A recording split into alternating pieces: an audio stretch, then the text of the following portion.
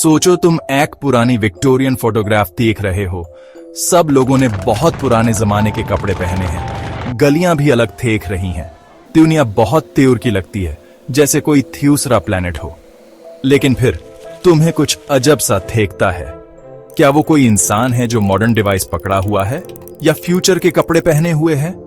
यहीं से शुरू होती है एक ही मजेदार मिस्ट्री। ऐसी अजीब चीजों को एनाक्रोनिज्म्स कहते हैं।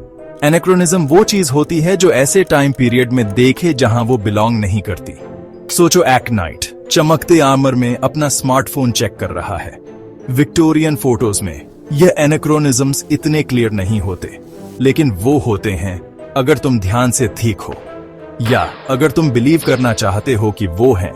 इंसान का दिमाग पैटर्न्स ढूंढने में बहुत अच्छा है। कभी कभी वो ऐसे पैटर्न्स ढूंढ लेता है जो असलियत में होते ही नहीं, या फिर होते हैं। यही तो बड़ा सवाल है। लोगों के टाइम ट्रैवल करने का आइडिया बहुत एक्साइटिंग है। यह हमारी इमेजिनेशन को कैप्चर कर लेता है। चलो विक्टोरियन टाइम ट्रैवलर्स की इस पहेली में घुसते हैं। विक्टोरियन एरा बहुत बड़े बीथेलाव का टाइम था। यह 1837 से लेकर 1901 तक चला। यह वो टाइम था जब क्वीन विक्टोरिया ग्रेट ब्रिटेन में राज करती थीं। यह इंडस्ट्री और इन्वेंशन का युग था। स्टीम पावर का बोलबाला था। ट्रेन्स पूरी जमीन पर इधर से उधर जाती थीं। फैक्ट्रीज आसमान में धुआं ही धुआं कर थीती थीं। नए शहर तेजी से बढ़ रहे थे। लोग प्रोग्रेस से बहुत एक्साइटेड थे। उनको लगता था कि साइंस और टेक्नोलॉजी बहुत सारी प्रॉब्लम सॉल्व कर सकती हैं। लाइफ तब बहुत अलग थी आज के कंपैरिजन में। तब ना एयरप्लेन्स थे, ना टेलीविजन, ना इंटरनेट। कम्युनिकेशन बहुत स्लो था। एक लेटर को समंदर पार करने में हफ्तों लग जाते थे। डेली लाइफ बहुत लोगों के लिए मुश्किल थी। घर गैस लैंप्स या कैंडल्स से रोशन होते थे। सेंट्रल हीटिंग जैसा कुछ नहीं था जैसा आजकल होता है। इमेजिन एक ऐसी दुनिया जहां इलेक्ट्रिसिटी की कांस्टेंट हम की आवाज ना हो, या मोबाइल फोन का इंस्टेंट कनेक्शन ना हो। उनकी दुनिया कुछ मामलों में शांत थी, फिर भी अपनी यूनिक एनर्जी से भरी हुई थी। फैशन भी बहुत डिस्टिंक्ट था। मर्द टॉप हैट्स और फॉर्मल सूट्स पहनते थे।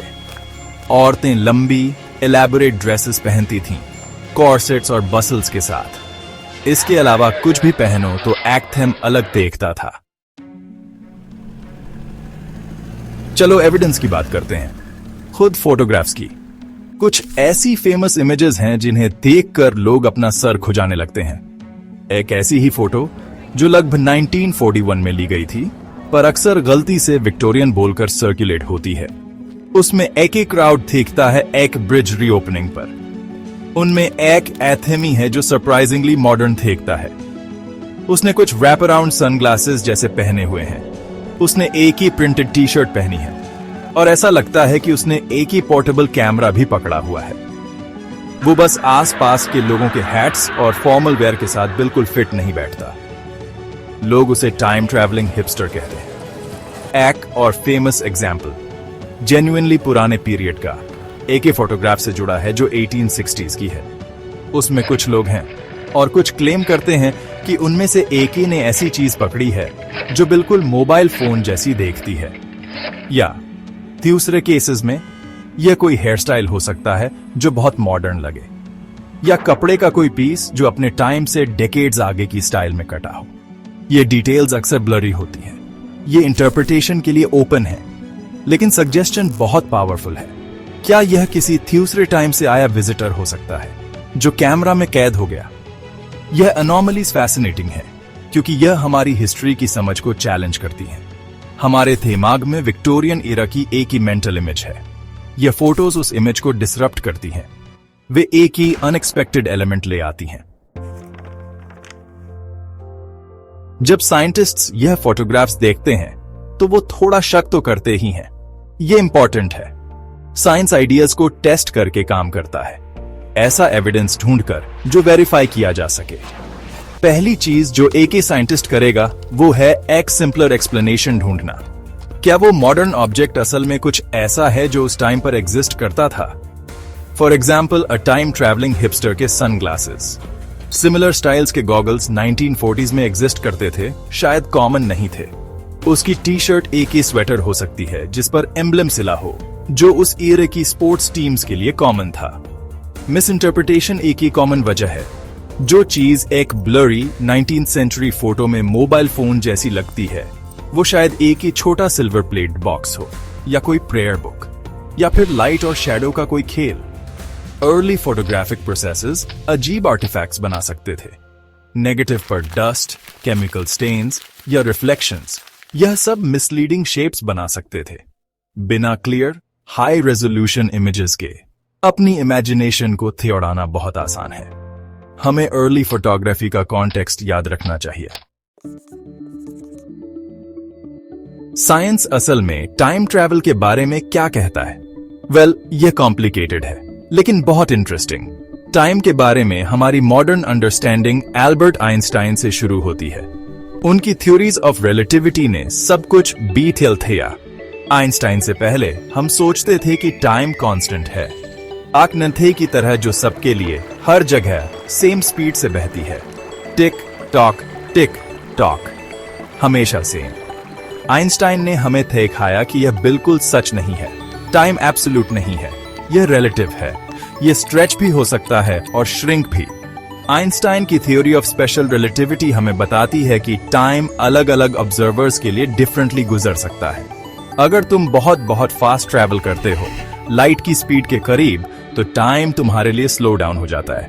उस इंसान के कंपैरिजन में जो स्टेशनरी है, इसे टाइम डिलेशन कहते हैं। यह एक ही रियल इफेक्ट है, इसे मेजर किया गया है। Astronauts on the international space station इसे एक्सपीरियंस करते हैं, बस जरा सा। वे अर्थ पर लोगों से स्लाइटली धीरे एज करते हैं। तो एक ही तरह से वे हमारे फ्यूचर में ट्रैवल कर रहे हैं, बस एक ही सेकंड के फ्रैक्शन में। फिर है जनरल रिलेटिविटी। यह थ्योरी ग्रेविटी को डिस्क्राइब करती है। अगर पास्ट में टाइम ट्रैवल पॉसिबल होता तो कुछ सीरियस सर थर्ड हो जाते। इन्हें पैराडॉक्सेस कहते हैं। सबसे फेमस है ग्रैंडफादर पैराडॉक्स। इमेजिन तुम टाइम में पीछे जाते हो। तुम अपने थिया जी से मिलते हो जब वो यंग थे, तुम्हारी थिया से मिलने से पहले। क्या होगा अगर तुमसे एक्सीडेंटली कोई एक्सीडेंट हो जाए और तुम्हारे थिया जी के बच्चे ना हो पाए? तो तुम्हारे पेरेंट पैथिया ही नहीं होंगे और तुम भी पैथिया नहीं होगे।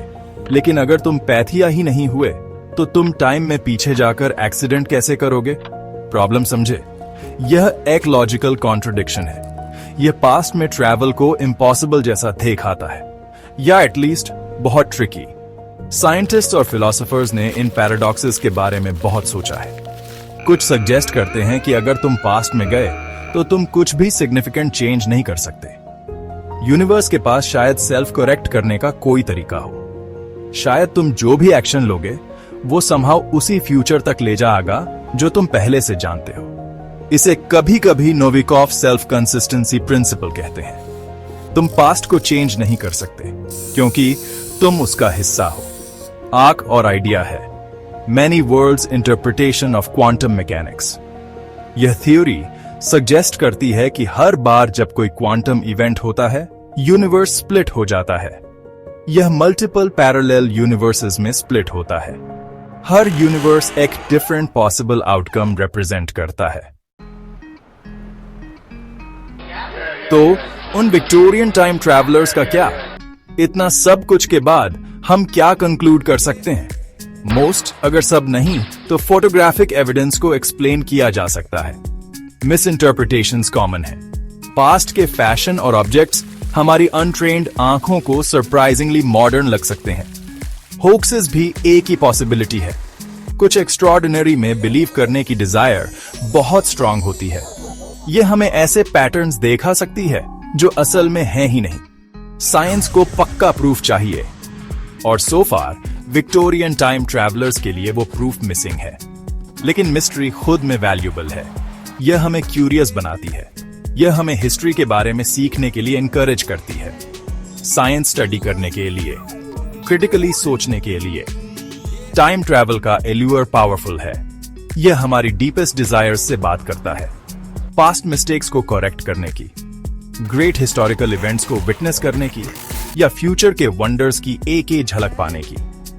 इस फैसिनेशन ने अनगिनत स्टोरीज, बुक्स और मूवीज को फ्यूल किया है। यह ह्यूमन क्यूरियोसिटी का एक ही फंडामेंटल पार्ट है, हमारे place in the Cosmos and in time के बारे में।